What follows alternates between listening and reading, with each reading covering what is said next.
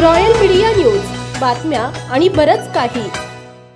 सध्या जिल्हा परिषद पंचायत समिती निवडणुकीची रणधुमाळी सुरू होत आहे. जिल्हा परिषद निवडणुकीच्या पार्श्वभूमीवर हेऊर आवळवाडी जिल्हा परिषद गट क्रमांक 40 मधून कोमल संदेश आवाळे यांचे नाव चर्चेत आहे. त्यातच शिरूर हवेलीचे आमदार ज्ञानेश्वर कटके यांनी राष्ट्रवादी काँग्रेस पक्षाकडून कोमल संदेश आवाळे उमेदवारी घोषित केली आहे. निवडणुकीच्या पार्श्वभूमीवर आवळवाडी येथील ग्रामस्थांनी नुकतीच संपूर्ण गावाची बैठक आयोजित केली होती.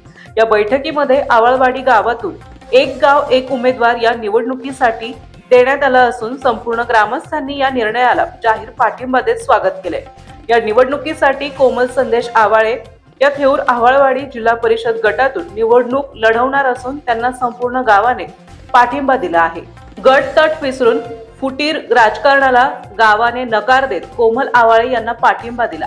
शिरूर हवेलीचे आमदार माऊली कटके यांनी गावात एकोपा निर्माण व्हावा या संदर्भात महत्वाची बैठक घेऊन हवेली पंचायत समितीचे माजी सभापती नारायण आवाळे आणि माजी सरपंच संदेश आवाळे हे दोघेही एकत्र आले असून एक गाव एक उमेदवार या भूमिकेवर शिक्कामोर्तब झाले आहे. जिल्हा परिषद निवडणुकीत नेहमीच मतांचे विभाजन करून संधी साधणाऱ्यांना या निर्णयाचा मोठा धक्का बसला आहे. आमदार कटके यांनी या दोघांना एकत्र करून त्यांच्यातील मतभेद संपवत गावाच्या विकासासाठी एकजूट हाच एकमेव मार्ग असल्याचं ठामपणे त्यांनी सांगितलंय.